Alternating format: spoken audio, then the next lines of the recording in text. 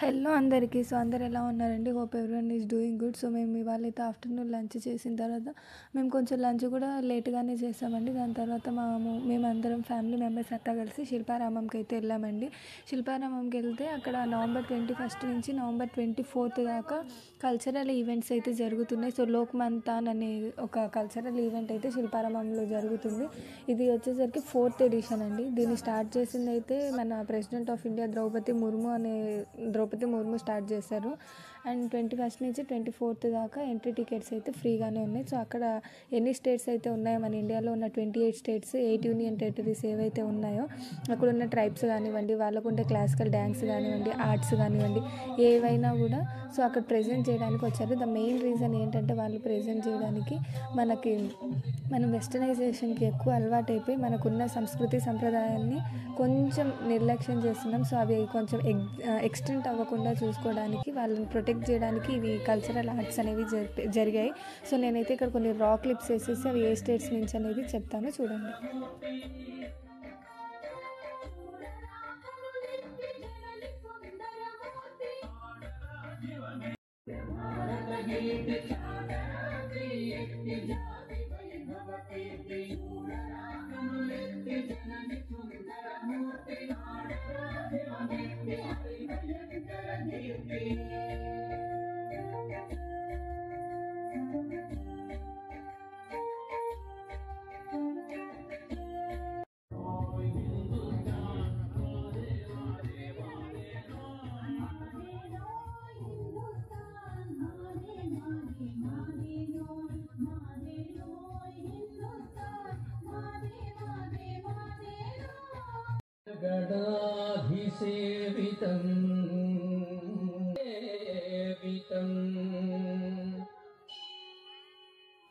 ఇక్కడ చేస్తున్న classical dance వచ్చేసేసరికి Bharatanatyam అండి. బేసిక్గా భరతనాట్యం అనేది తమిళనాడులో ఆరిజినేట్ అయింది. మనకున్న 8 క్లాసికల్ డ్యాన్సెస్లో భరతనాట్యం అనేది ఒక ఫామ్ అన్నమాట.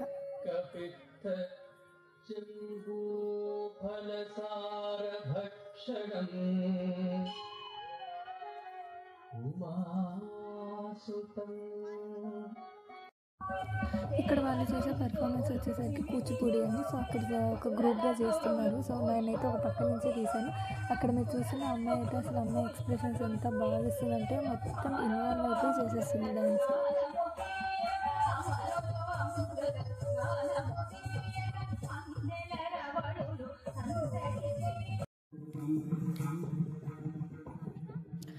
ఈ డ్యాన్స్ ఫామ్ని అయితే నేను చాలా ఇంట్రెస్టింగ్గా చూశానండి. ఈ డ్యాన్స్ పేరు వచ్చేసరికి పెర్ని నాట్యం అంటారు.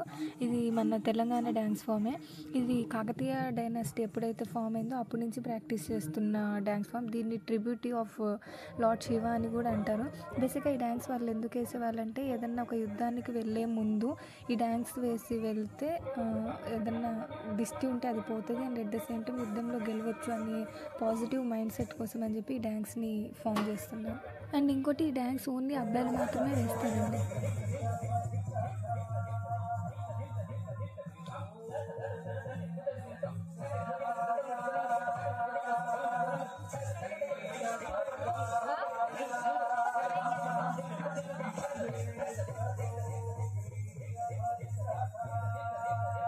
ఖచ్చితంగా ఇలాంటి డ్యాన్స్ ఫామ్స్ని మనం పిల్లలకి చైల్డ్హుడ్ నుంచి ప్రాక్టీస్ చేయించి దానికి ఉన్న వాల్యూ ఏంటి, దాని వెనకున్న హిస్టరీ ఏంటి అని చెప్పి దానికి నేర్పిస్తే ఖచ్చితంగా ఇవి ఎక్స్టెంట్ అవ్వకుండా ఫర్దర్ జనరేషన్స్కి కూడా మనం పాస్ చేయొచ్చండి.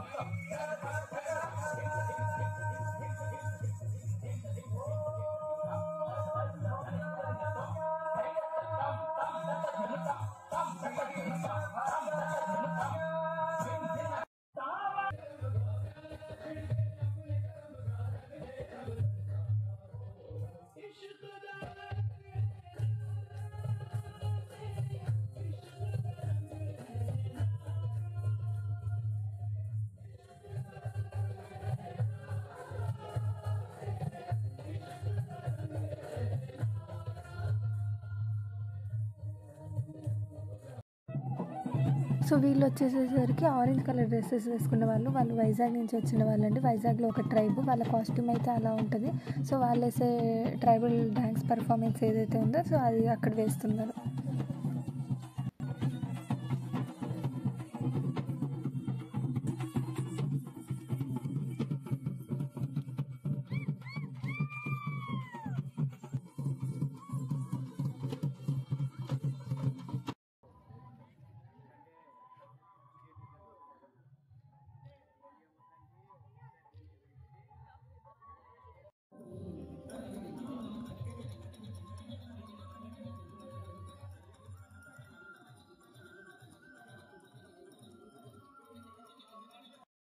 సో ఇది వచ్చేసేసరికి మ్యాక్సిమం అందరి బకెట్ లిస్ట్లో ఉండే స్టేట్స్ అండి, state and union territories like Kashmir and Ladakh అనమాట. సో ఆ ట్రైబ్స్ వచ్చేసరికి హాన్స్ ట్రైబ్. సో వాళ్ళైతే వాళ్ళ ట్రైబ్లో అయితే వాళ్ళే పాట పాడతారు అండ్ వాళ్ళే డ్యాన్స్ కూడా వేస్తారు. ఆ పాటలో కూడా వాళ్ళు వాళ్ళ యొక్క కల్చర్ ఏదైతే ఉందో దాన్ని ఎక్స్ప్లెయిన్ చేస్తూ వాళ్ళు పాటలు పాడతారండి and at the same time dance కూడా పర్ఫామ్ చేస్తారు.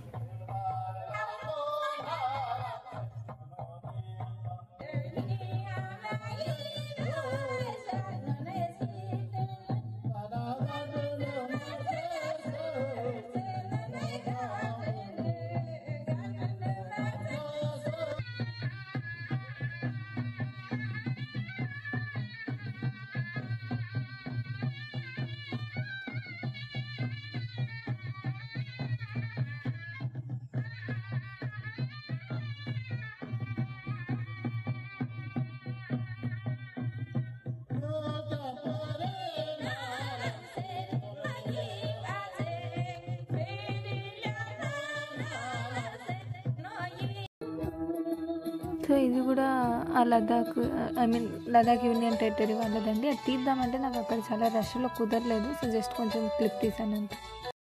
సో ఇది వచ్చేసేసరికి రాముడు అయోధ్యలో ఉన్నప్పుడు ఏం చేశారు, ఎలా ఉన్నారు, ఏంటి అనేది దాని గురించి మొత్తం వాళ్ళు ఒక 20 minutes తీసుకొని లైక్ సాంగ్ వేలో కొంచెం డైలాగ్స్ చెప్తూ అలా ఎక్స్ప్లెయిన్ చేశారు. మనం నార్మల్గా అంటాం కదా కళ్ళకు కట్టినట్టు చూపించారు అని. అసలు వాళ్ళు చేస్తుంటే ఒక 2 minutes కూడా అట్లా కళ్ళు అనిపించలేదు. చాలా అంటే చాలా బాగా చేశారు. నాకైతే చాలా బాగా నచ్చిందండి. అండ్ లాస్ట్లో ఆ రాముడిని తీసుకురావడం అది కూడా చాలా బాగుంది. మీరు ఒకసారి చూసేయండి, స్కిప్ చేయకుండా చూసేయండి.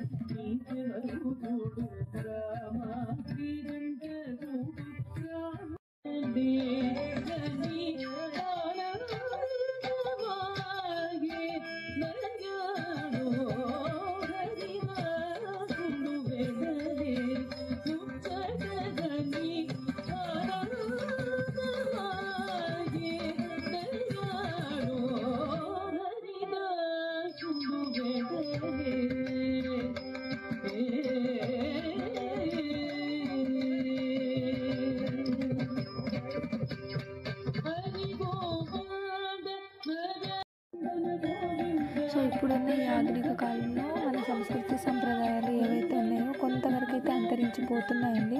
సో మన సంస్కృతి సంప్రదాయాల్లో ఏవైతే స్కిల్స్ ఉన్నాయో, టాలెంట్స్ ఉన్నాయో అవి ఎంకరేజ్ చేయడానికి అండ్ వాటిని కూడా నెక్స్ట్ జనరేషన్స్కి పాస్ చేస్తూ ప్రొటెక్ట్ చేయడానికి ఈ లోకమంతా అనే ఒక ప్రోగ్రామ్ అయితే కండక్ట్ చేస్తారు. అండ్ ఇది 4th edition of this programme అండి.